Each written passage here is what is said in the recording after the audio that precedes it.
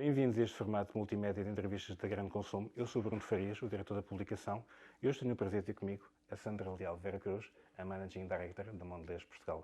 Sandra, muito obrigado por ter aceito este nosso desafio. Obrigada eu pelo convite e obrigada por terem vindo ter aqui comigo à Mondelez. É um prazer ter-vos cá. O prazer é todo nosso e seguramente temos muito para contar, mas eu puxo o fio aqui um bocadinho atrás.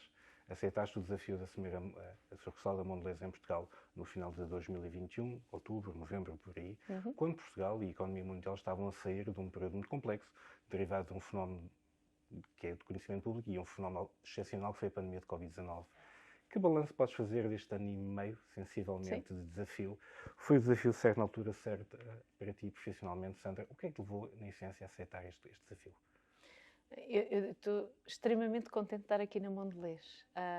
E se olharmos para trás, é verdade que se calhar, do ponto de vista de período que estava o mundo a passar, não era Portugal, não era só a Mondelez, o mundo estava a passar por um período muito conturbado, mas também já estávamos na fase de sair dele. E eu acredito que neste momento já estamos completamente fora e já estamos novamente em velocidade de cruzeiro.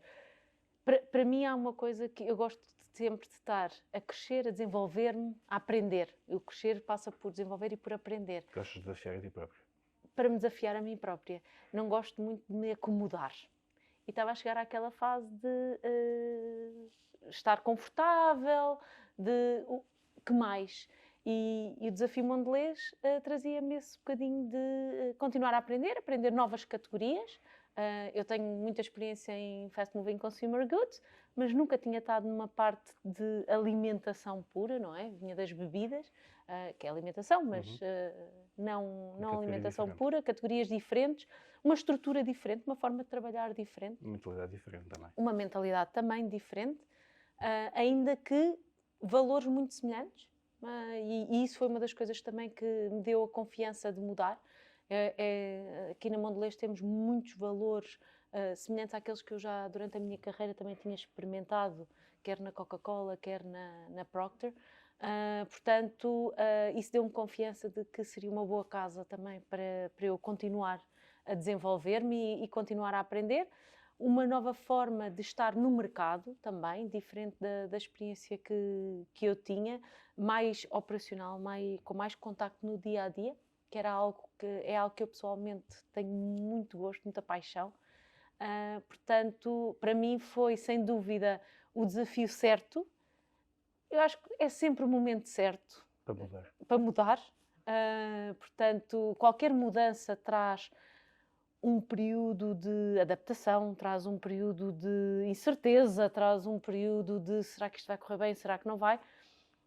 O Covid era só mais um fator na altura, não é? Portanto, eu não me foco tanto aí, foco-me sim numa equipa fantástica que a Mondelez tem, numa equipa que me recebeu de braços abertos, muito aberta também a pensar diferente, a fazer diferente, a ensinar-me também o que é a cultura da empresa, o que é o negócio da empresa. Portanto, tudo isso faz com que, passado um ano e meio, para mim tenha sido a mudança certa, no momento certo, e estou muito feliz de estar aqui. Para mim isso é o fundamental. Eu tenho que estar feliz onde estou. E por ser pelas suas palavras também foi o desafio certo.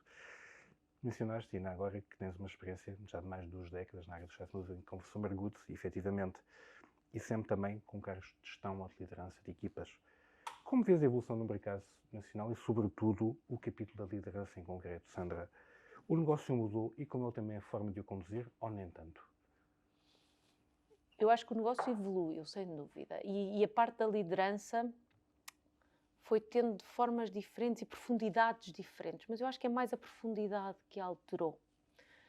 As pessoas sempre foram importantes e continuam a ser o centro de toda a importância numa empresa. Não é? Primeiro são as pessoas. A Mondelez não é exceção. A Mondelez não é exceção. E as empresas que tinham isso há mais de 20 anos como base continuam a tê-lo, se calhar, de forma diferente. Hoje em dia falamos muito do smart working, aprendemos muito com o Covid. Eu acho que o Covid também nos trouxe aprendizagens muito, muito positivas. Foi um momento, sem dúvida, de muito desafio, de muita adaptação. E rápido, sobretudo. Muito rápido. mas isso tudo nos trouxe aprendizagens. Trouxe-nos aprendizagens de agilidade, trouxe-nos aprendizagens de tudo o que é digital e das ferramentas digitais e do híbrido. Portanto, também nos trouxe muitas dessas aprendizagens. Portanto, não tanto o quê, mas talvez o como, não é? Continuamos a ter como base o consumidor no centro da nossa decisão. Há 20 anos já se falava disto, há mais de 20 anos já se falava disto. Hoje, se calhar, há uma profundidade maior no que analisamos. Os dados já eram importantes quando comecei, já. Hoje são ainda mais tudo o que é Big Data, não é? Temos mais dados, temos mais acesso, mas não deixam de ser importantes na tomada de decisão. Toda a parte de parcerias com clientes, em que sejam relações que criam o que eu chamo win-win relationships, não é? Criam valor para ambos os lados. Os negócios são feitos pelas pessoas, os negócios são as pessoas. É verdade. Portanto, isso também cada vez é mais verdade, não é? Não, temos que ter negócios sustentáveis de ambas as partes, porque senão há uma parte que não vê valor na relação. Portanto, eu diria que não é tanto o quê, mas o como se faz. Temos mais canais hoje em dia, não é? Temos um canal de e-commerce que há 20 anos atrás era um conceito. Era um conceito. Portanto, acho que aceleramos. Acho que o momento do Covid trouxe-nos alguma aceleração e na altura falou-se muito da aceleração digital de 6 meses, que foram 5 anos sem o Covid, não é? Portanto, eu diria que mais do que as bases e os fundamentos foram os comos, os canais, a forma... E acho que é a multiplicidade. Isso sim. Mas isso acho que é uma tendência dos últimos séculos, não é? Vimos de... É um acumulado de conhecimento feito. É um acumulado de conhecimento, da multiplicidade de canais, de pontos de contacto, não é? A execução, estar onde o consumidor está, continua a ser fundamental. E estar bem onde o consumidor está, continua a ser fundamental. E isso é algo que as empresas de grande escala e que operam a escala internacional como Mondelez ganham e adquirem de uma forma mais rápida, ou seja, conseguem ter uma perspectiva mais global devido ao facto de operarem em mais regiões e esse conhecimento gera de forma mais imediata? Sim. Por exemplo, na altura do Covid, o Covid começou na China, não é? Quando chegou à Europa, nas empresas multinacionais, nós já tínhamos conhecimento do que era preciso, não é? Nós aqui na Mondelez, a primeira preocupação foram sempre as pessoas, não é? Primeiro, garantir a segurança, quer dos nossos colaboradores, quer dos nossos clientes e quer da nossa operação. Mas as pessoas estiveram no centro dessa decisão. Mas já tínhamos conhecimento do que é que vinha de outros países onde começou. Portanto, eu acho que a nível de multinacionais temos essa vantagem. Não é? Essa capacidade. Temos essa capacidade. Temos também a capacidade de testar diferentes coisas em diferentes pontos do globo que nos permite tirar aprendizagens para determinados mercados quando há semelhanças.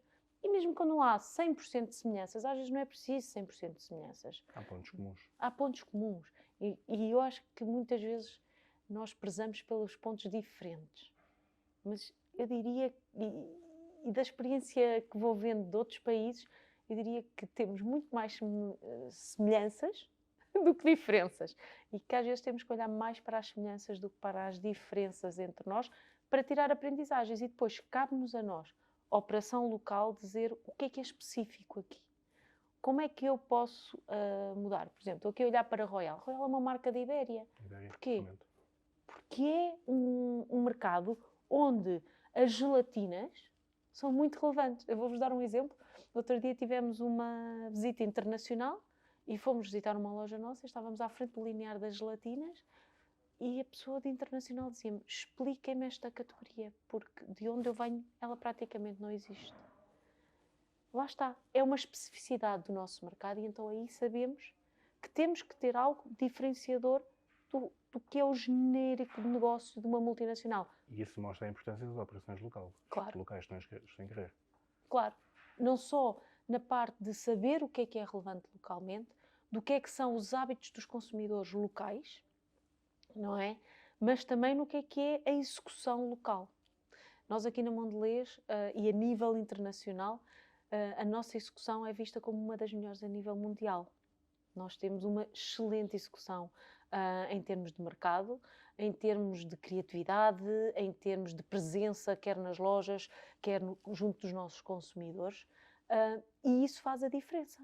Isso faz a diferença para nós termos o que atualmente temos, que praticamente em todas as categorias que nós estamos, somos a marca líder de mercado. E isso para nós é importante. E como é que se explica uma holding que está longe no espaço, não necessariamente no tempo, as especificidades do mercado português, que têm as suas especificidades? Falaste de Royal, eu falo de Triunfo, por exemplo. Sim. Isso é uma marca local. O que é que leva uma empresa desta envergadura a criar uma marca local? Quando é que percebe que essa marca pode ser relevante para o seu sucesso? É a operação local que diz à casa-mãe, nós estamos a criar esta marca? A história da Mondelez é criada por muitas fusões e por juntar muitas marcas e ao longo do tempo ir não só desenvolvendo e criando marcas, como foi o caso de Milka, como foi o caso de Oreo, mas também por irmos integrando marcas no nosso portfólio. Lá está, Triunfo é um dos casos. Nós, como valor integral e como parte da nossa visão 2030, temos claro que é não só ter marcas globais, como ter o que nós chamamos joias locais. E é o caso. E é o caso. Royal para nós é uma joia local de Ibéria, Triunfo é uma joia local de Portugal e, por exemplo, Chicletes era uma joia local também, é uma joia local de Ibéria. Portanto, para nós é importante e porque nós sabemos que a parte da globalização é fundamental nas multinacionais e é parte também do que nos dá a escala e o que nos dá a produtividade que temos, mas nós temos que ser sempre relevantes para o consumidor local. E ao sermos relevantes para o consumidor local, por vezes implica ter marcas com que o consumidor local cresceu.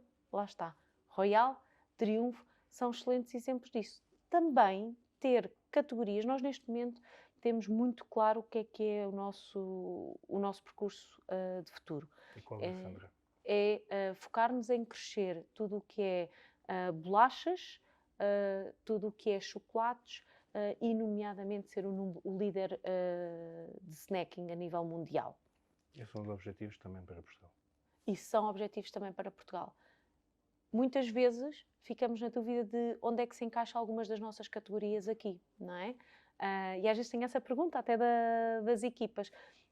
E encaixa-se na parte e ter joias locais. E ter negócios locais que são relevantes. É o caso do nosso negócio de Filadélfia. Filadélfia tem vindo continuamente a crescer nos últimos 11 anos consecutivos. E a alargar portfólio. E a alargar portfólio também. Portanto, este crescimento, e apesar de se calhar não estar dentro do que é, quando falamos de bolachas, de chocolates, é fundamental para o nosso negócio local. Porquê? Porque, primeiro, Filadélfia é um negócio que, se calhar, quando nós ouvimos a referência da nossa visão da Mondelez, não está lá explícito, é um negócio que é extremamente forte na Europa. Mondelez está a nível mundial. Portanto, lá está, começamos por regiões também a ter especificidades. Especificidades essas que são, quer a nível regional, quer a nível local. E para nós, Filadélfia, que é a líder na categoria de queijo creme, onde está, é uma marca que tem por onde crescer, que continuamos a apostar, que é uma prioridade para nós e que vamos continuar a apostar nela.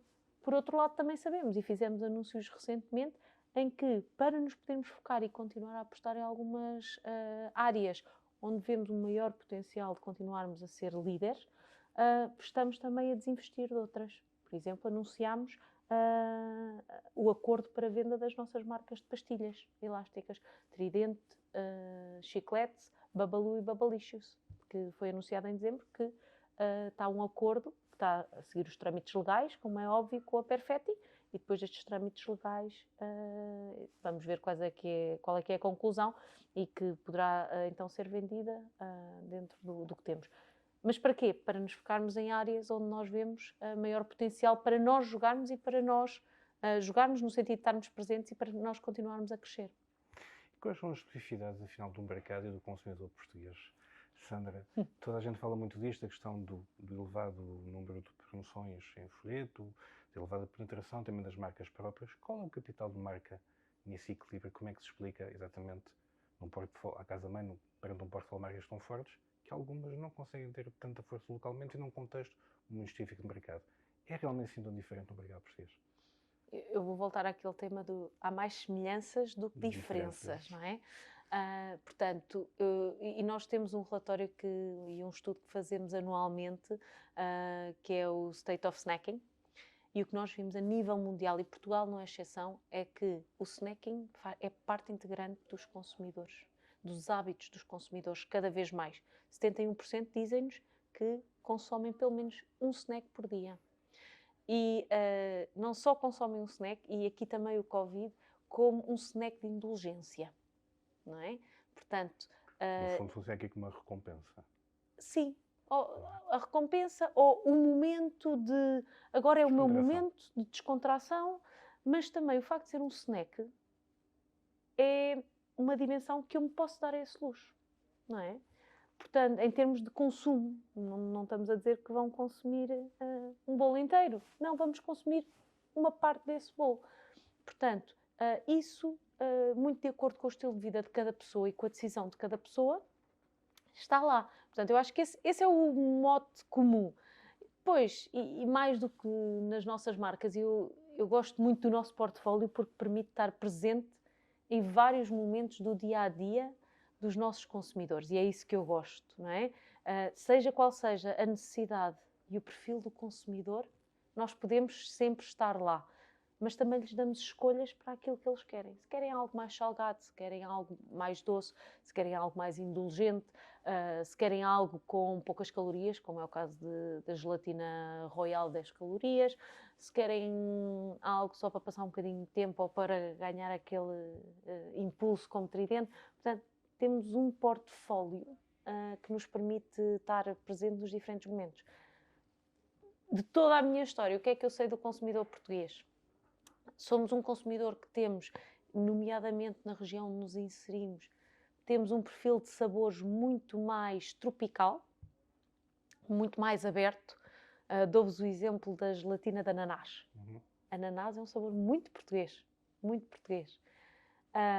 Ou mesmo a gelatina tropical, não é? Somos também um consumidor que, em termos, por exemplo, de consumo de bolachas, temos hábitos diferentes. Em outros países, as bolachas muitas vezes são para a ocasião do pequeno almoço. Nós não. A nossa bolacha é o tal nosso snack de meio do dia, não é? Ou já mais para a tarde. Não ao pequeno almoço.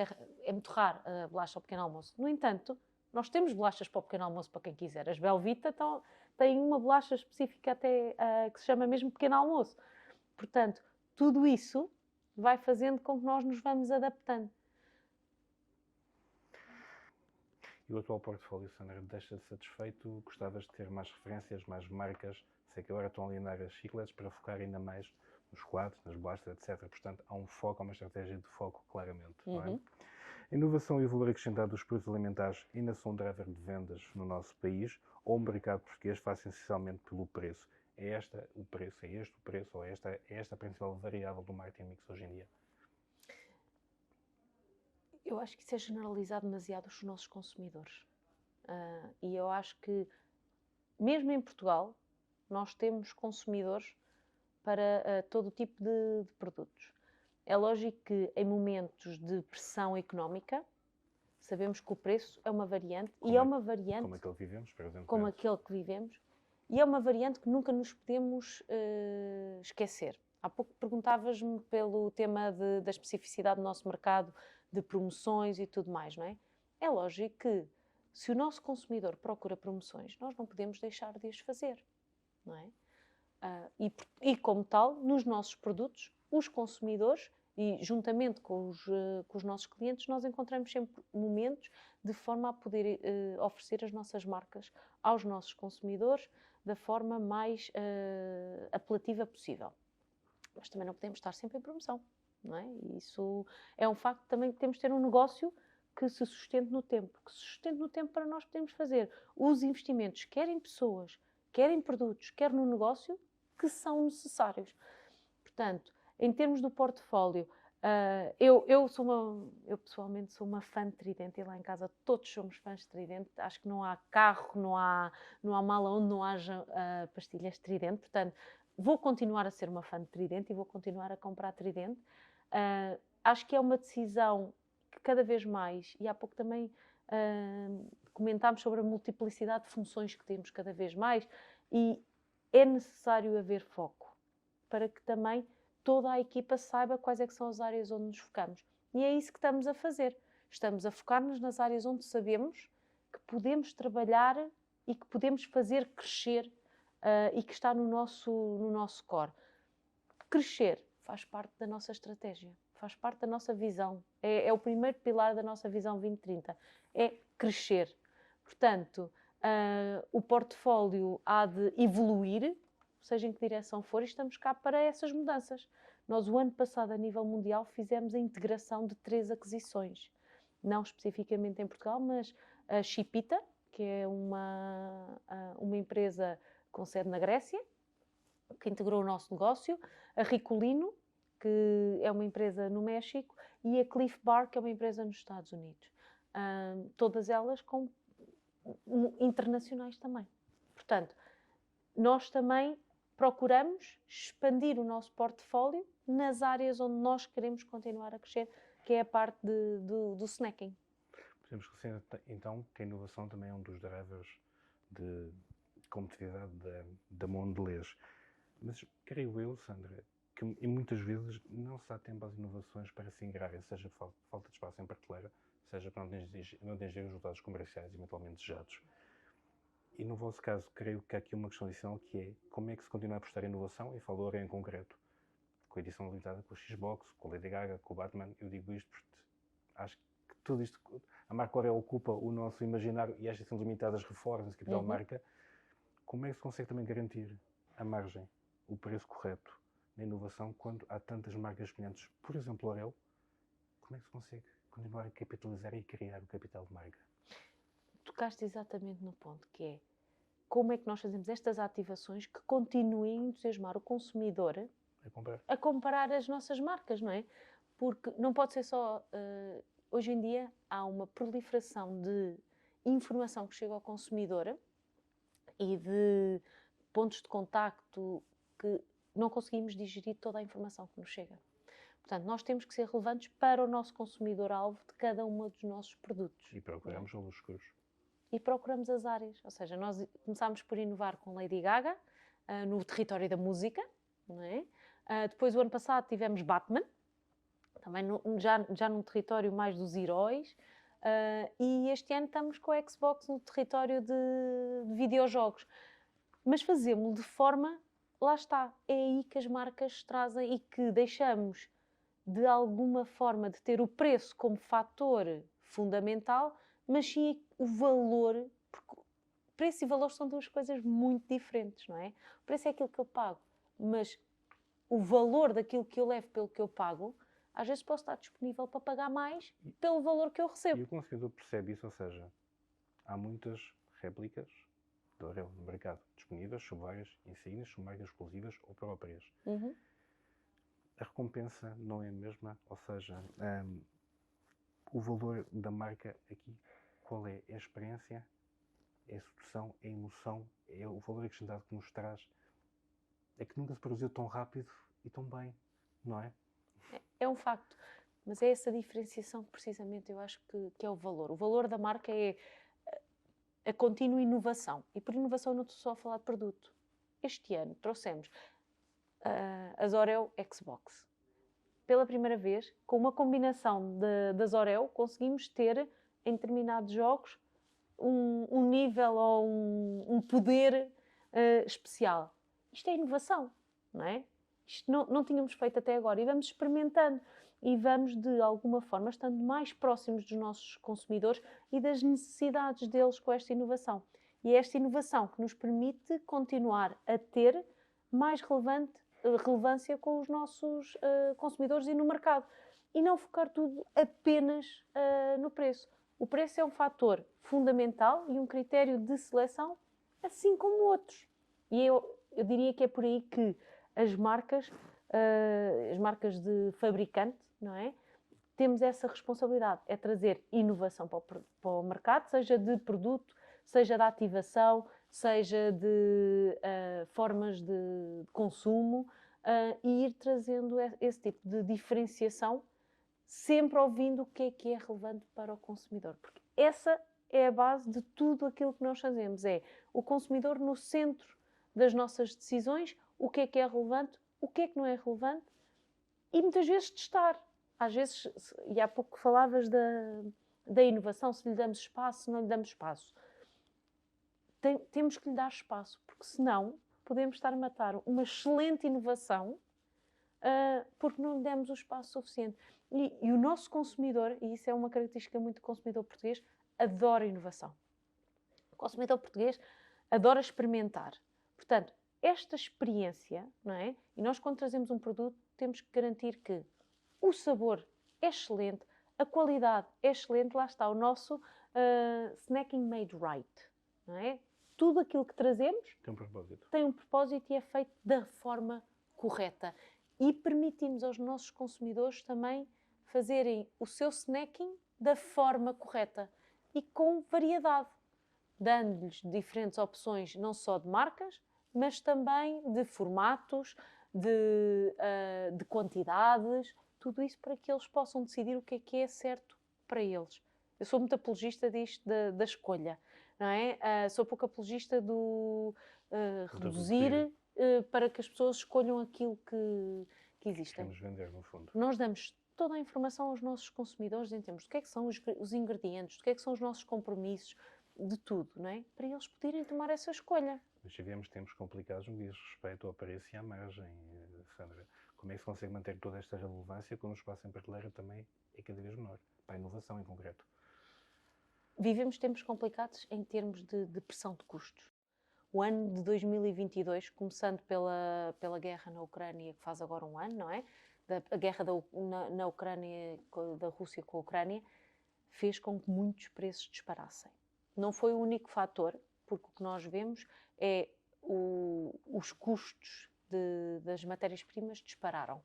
E vocês não foram exceção? Nós não fomos exceção, como toda a indústria não foi exceção, e esses preços tiveram que ser refletidos de volta para o consumidor, porque, no fundo, se nós queremos continuar a investir no nosso negócio, nas nossas pessoas, nos negócios com quem nós trabalhamos, esta repercussão de custos tinha que acontecer. No entanto, sempre muito conscientes daquilo que estávamos a fazer e da pressão que isto também é para o consumidor. Nós sabemos, e sabemos que há impactos também para nós, em termos de, lá está, escolhe a nossa marca ou outra. Mas é mais um fator no mercado e nós temos consciência disso. É mais uma variável para a gestão moderna, é mais um desafio da gestão moderna das marcas alimentares. É. A forte concorrência, a forte presença de marca própria, que nunca foi tão boa, temos que o dizer, é um facto, nunca foi tão lata e tão competente, e também, obviamente, a aproximação que em muitos casos a indústria tem feito em termos de preço e as marcas próprias, de forma que vai ser relevante no top of mind dos consumidores. Claro que sim, claro que sim. Mas as marcas próprias é mais um fator, assim como temos outros concorrentes que também jogam muito bem no mercado. Portanto, eu sou muito apologista de temos que nos focar nas nossas mais-valias. E as nossas mais-valias são marcas feitas com uma qualidade enorme, são marcas que oferecem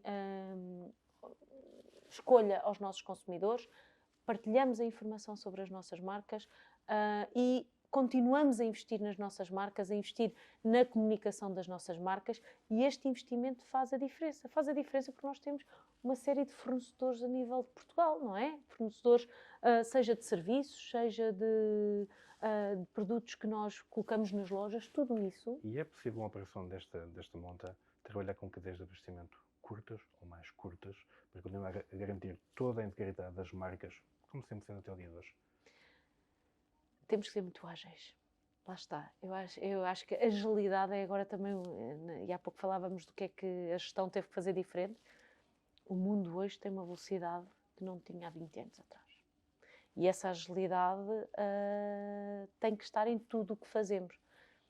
Exemplo básico, nós não podemos levar 2 meses a analisar o efeito de... Não, nós temos que estar em contínua analisação, reação, não é? Portanto, o mundo hoje tem que ser muito mais ágil. Sem dúvida que a cadeia de abastecimento está a sofrer uma enorme pressão. Lá está. E foi parte também do efeito que sentimos o ano passado, mais agravado. E temos que ser mais ágeis. Mas muitas vezes os mais ágeis não quer dizer que as fábricas mudam, porque as fábricas são bens muito, muito fixos e muito grandes, não é? E rotinados. E rotineiros. Mas há essa flexibilidade nas fábricas, mas também tem que haver essa flexibilidade do nosso lado.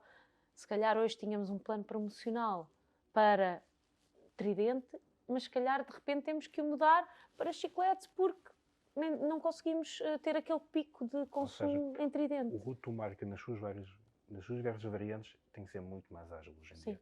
Desde a conceptualização, a implementação, a execução, tudo. Nós temos que ser mais ágeis em tudo hoje em dia. E isto passa também por um conceito que eu acho que cada vez é mais... que é agility over perfection, não é? Acho que nós todas, então, nas multinacionais, antigamente era tudo muito testado até para não haver falhas e só ia para o consumidor. Mas para isso a oportunidade. Quando não havia falhas. Às vezes já íamos, se calhar, um bocadinho mais tarde, não é?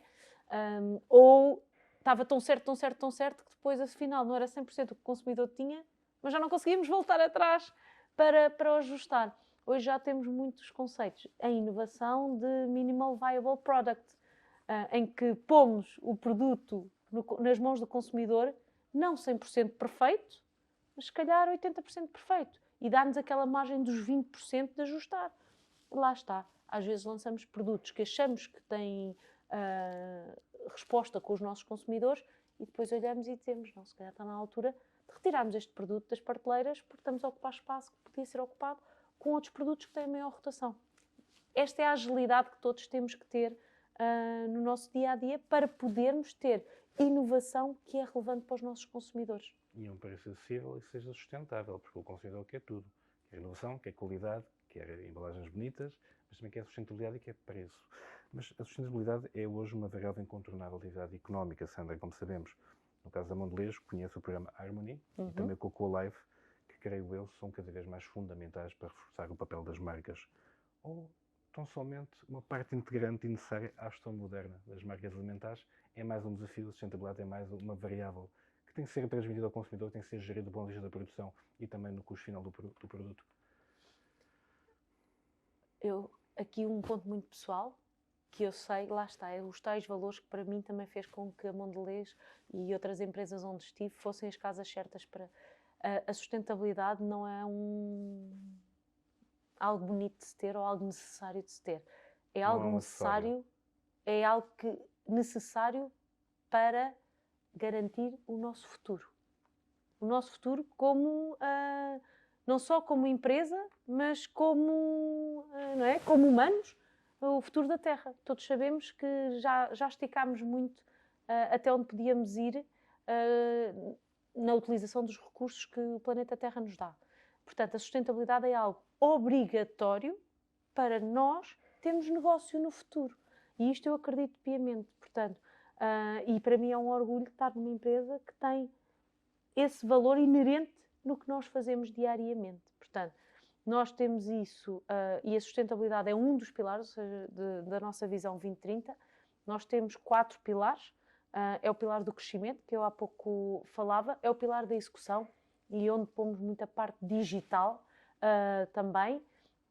Temos o pilar da sustentabilidade e, como não podia deixar de ser, temos um pilar de cultura, de um talento diverso, de um talento com capacidade de crescer, de se desenvolver e de estar motivado na empresa. A sustentabilidade para nós é um pilar fundamental, é como uma casa, é os alicerces de uma casa, não é? Se nós tirarmos o resto começa a desmoronar. E numa casa que vende tanto chocolate e vende tantos chocolate, o Cocoa Life era algo, uma CEF, era algo que a empresa tinha que ter, proteger as comunidades produtoras do cacau, garantir a sustentabilidade de origem, mas pensando no eixo sempre social, económico e ambiental. Sim, sim. A sustentabilidade e o programa Cocoa Life eu acho que é um programa lindo. Já tem mais de 10 anos. Já fez 10 anos, no ano passado. É um programa onde nós já investimos mais de 400 milhões de euros e que já toca mais de 200 mil agricultores. E E eu acho que é um programa que é muito completo da parte de sustentabilidade. Nós às vezes falamos de sustentabilidade, lembramos-nos dos ingredientes, do plástico, mas esquecemos que na parte da sustentabilidade está um fator muito importante, que é as comunidades e as pessoas. Não é? E o programa Cocoa Life toca em tudo. Ponto número 1 toca na parte como é cultivado o cacau e como é protegida a desflorestação.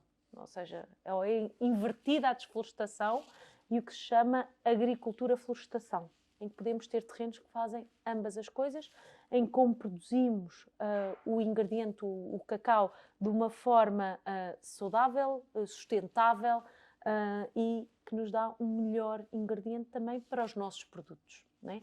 Esse também, do ponto de vista de ingrediente, é um dos objetivos. Por outro lado, do ponto de vista da vida dos agricultores de cacau, nós conseguimos dar-lhe também uma sustentabilidade económica muito maior, não é? Não só económica do ponto de vista do seu negócio, são 200 mil produtores, portanto é um negócio com muitos pequenos produtores, não é? Conseguimos dar-lhe conhecimento também, novas técnicas de como desenvolver a atividade deles e dar-lhes uma autonomia económica muito maior. E depois, na parte da comunidade, onde garantimos cada vez mais, ainda não estamos no 100%, mas é para lá que caminhamos, onde garantimos cada vez mais que não há trabalho infantil, onde garantimos que nestas comunidades há educação para as crianças e que cada vez se pode criar comunidades mais saudáveis, autónomas economicamente e a crescerem. Portanto, é um programa, para mim, é muito completo e toca todas as partes de um programa de ESG, não é? Portanto, onde nós temos esta responsabilidade enquanto consumidores e enquanto produtores deste ingrediente tão importante como o cacau. E a mesma visão, creio eu, pode ser transposta para o programa Harmony. A companhia, em 2018, tinha anunciado que tinha o objetivo de, até 2022, cobrir 100% da produção das suas marcas de bolachas na Europeia com trigo de origem sustentável. Claro que não tinha havido um Covid, claro que não se estavam esperando a escassez de trigo e de cereais em geral vinda do leste da Europa, mas é um objetivo a atingir. Como é que está a evoluir o programa e como é que Portugal também tem bebido essa mesma iniciativa, Sandra? Sem dúvida, é um programa que, no seguimento também à equivalência com o Cocoa Life, não só na produção do trigo, mas também das comunidades que estão assentes ao trigo, e neste caso o programa tem ainda uma vertente adicional, que é a criação de comunidades de abelhas, porque a abelha é fundamental para a polinização. É um polinizador. Exatamente. Nós neste momento, a nível das nossas marcas em Portugal, na Europa, e de onde Portugal também bebe, estamos em 92% é trigo Harmony, que é mais ou menos também o mesmo número com o Cocoa Life, que é também cerca de 92%, porque temos marcas que já são 100%, como é o caso de Milka, Toblerone e Côte d'Or, mas ainda estamos a progredir dentro do nosso portfólio de Cadbury. Mas o objetivo continua lá, vamos continuar a crescer cada vez mais estes programas e a fazer investimento, e reforçarmos o nosso compromisso de investimento. Neste momento o objetivo é até 2025 e estou certa que vamos alcançar. Escolheste a palavra compromisso, eu utilizo a palavra compromisso para falar de uma coisa que se chama paridade, igualdade de oportunidades. Foi igualmente, quando foi a tua nomeação, tenho a ideia que foste uma das 4 mulheres indigitadas para conduzir o destino da operação local no seio da Mondelez. O que é que, na tua perspectiva, Sandra, pelas mais de 2 décadas de leva experiência nesta área de negócio, o que é que pode trazer a liderança no feminino a uma empresa de envergadura, que opera a escala mundial, como já falamos aqui das vezes hoje, como a Mondelez? O que é que a gestão no feminino pode trazer às empresas e se esta questão ainda é uma questão na sociedade moderna? Já falámos de compromisso, de sociedade, de comunidades, integração, paridade, e não é uma questão. A mulher na sociedade, nas empresas, na liderança, é uma questão ainda. Bem, eu acho que é um ótimo tema. É um tema que é fundamental continuarmos a falar dele. Porque ainda ontem havia um dado que diz que 9 em cada 10 CEOs das Fortune 500 são homens. Portanto, sim, continua a ser fundamental falarmos deste tema. Nós aqui na Mondelez, em Portugal, é verdade que não podemos falar muito dele. Nós temos 60% das nossas pessoas, assim, números redondos, 60% das nossas equipas são mulheres.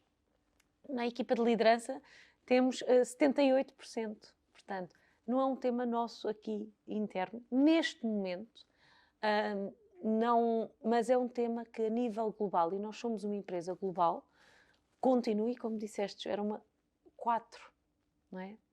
4 em quantos países? 4 em muitos países, não é? Em mais de 100 países. Portanto, essa é a questão de que continua a ser um tema que é fundamental nós falarmos. Eu acho que nós também somos muito enviesados por onde estamos. Nós estamos no mundo ocidental e no mundo ocidental às vezes parece-nos que se calhar já não é tema. Eu às vezes tenho aqui alguma ambiguidade neste tema, porque o termos as cotas para mulheres, não é? O forçarmos tanto este objetivo... Tornamos isso obrigatório. Tornamos isso quase como uma percepção... Meritório. Exatamente. Às vezes há pouco mérito de tu estás nessa posição porque és mulher.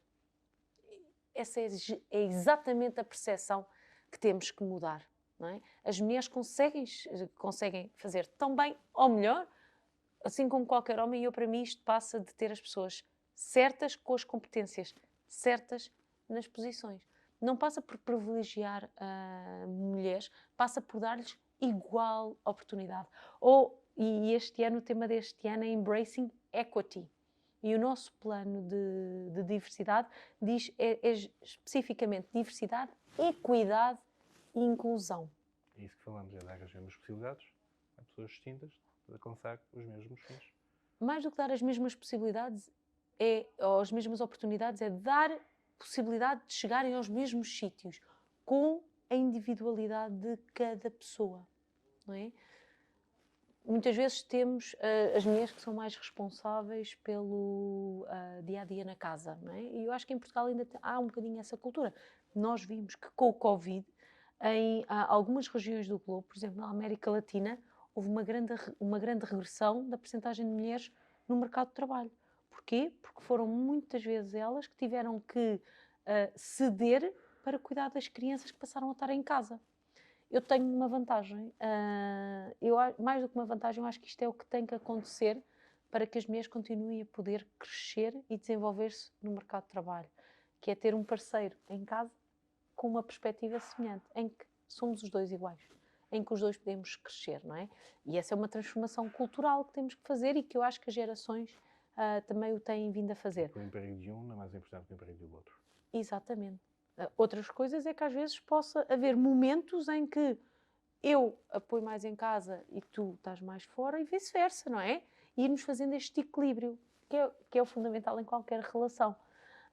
Mas eu acho que aquela frase é preciso uma aldeia para criar uma criança, muitas vezes é isso, não é?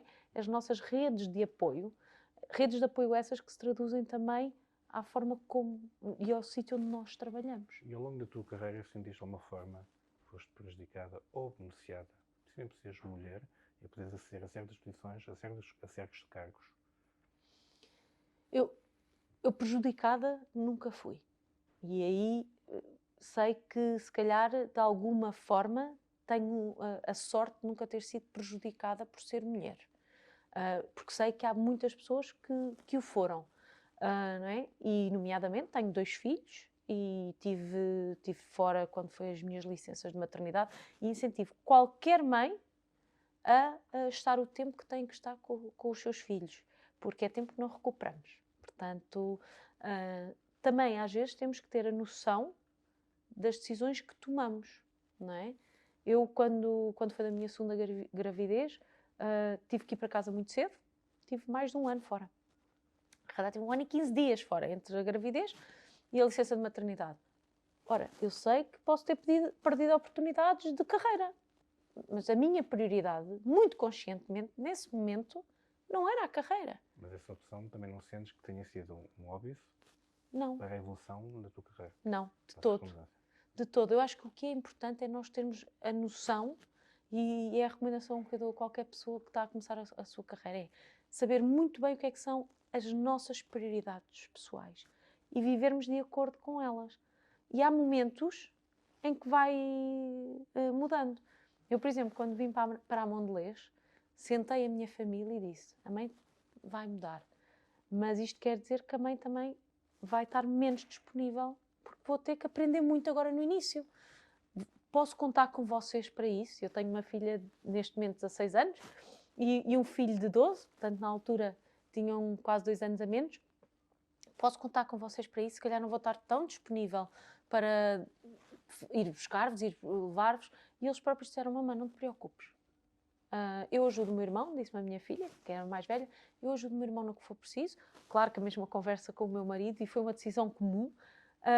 E é isso que eu digo, é preciso ter toda uma envolvente que nos ajuda, nós mulheres, também a crescermos. Porque é lógico que se eu tivesse em casa alguém que não me apoiava, pois se calhar alguns passos não conseguiria fazer. Portanto, por esse lado, temos que encontrar pessoas que apoiem os objetivos comuns ao nosso lado. Por outro lado, é um bom momento para as mulheres porque há awareness, há muita notoriedade deste tema, não é? E nunca este tema foi tão falado. Nunca foi tão falado, mas continua a ser um tema. Lá está. Que não deveria ser. Que não deveria ser, mas continua a ser. Daí a importância de continuar a haver um Dia Internacional da Mulher, não é? É importante continuarmos a chamar a atenção a este tema porque há ainda muito percurso para fazer. Lá está. É com as cotas, não é com as cotas? Às vezes posso questionar um bocadinho. Acima de tudo é preciso mudar as mentalidades. As mentalidades de as pessoas são mais adequadas ou menos adequadas. Eu acho que todas as pessoas com a dedicação, com as capacidades para determinadas áreas, seja homem, seja mulher, seja de qualquer diferença que se tenha, conseguem fazer a função. Portanto, para mim, é um tema que tem que deixar de ser tema. Tem que estar o mérito e a competência, não o género. Não o género, não a raça, não a cultura, nada. Tem que estar a competência. E quase que tomarmos essa decisão de uma forma cega, não é? De olhos fechados. As pessoas têm competências ou não têm competências. E a partir daí tomamos as decisões.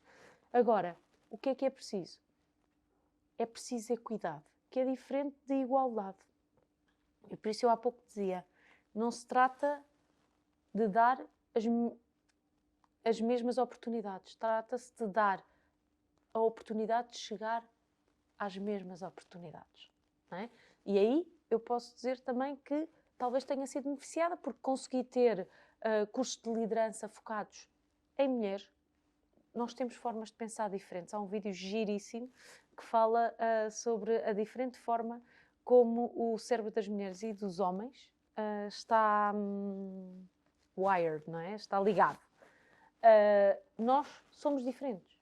E essa diferença, há pouco perguntávamos o que é que traz, é essa diferença que traz ao mundo dos negócios. É fundamental haver perspectivas de mulheres e de homens, mas de mulheres no mundo dos negócios. E se nós olharmos para o padrão português, ainda é muito masculino, nomeadamente a nível de liderança. Eu, às vezes, sou eu, mais 2 ou 3, e às vezes noto que à minha volta ainda é muito masculino. A mim não é algo que me assuste.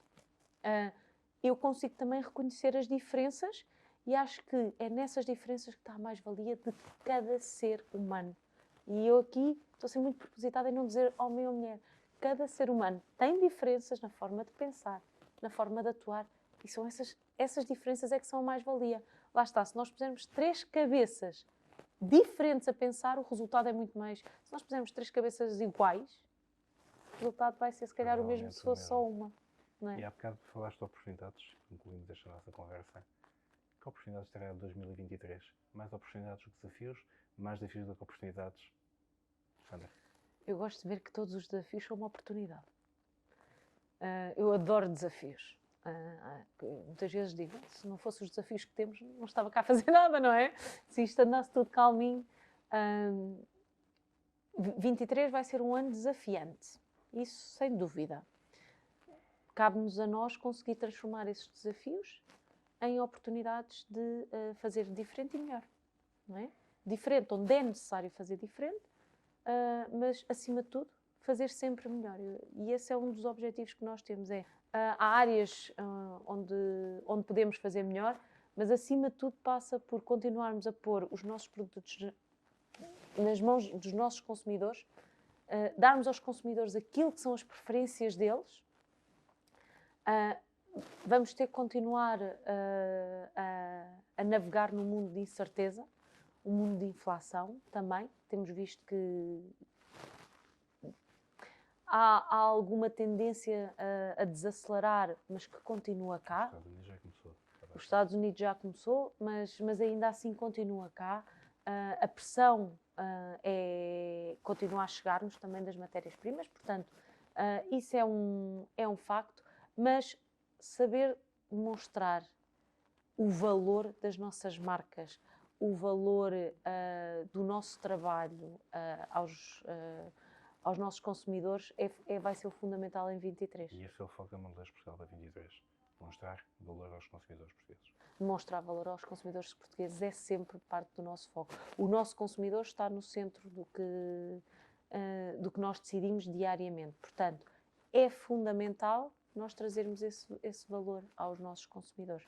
E vai ser, sem dúvida, o que nos vai guiar durante este ano para continuarmos a crescer, para continuarmos a fazer cada vez melhor no mercado português, para termos as nossas pessoas motivadas e com capacidade, e com possibilidades de se desenvolverem, e lá está, com a sustentabilidade como um pilar fundamental em tudo o que fazemos.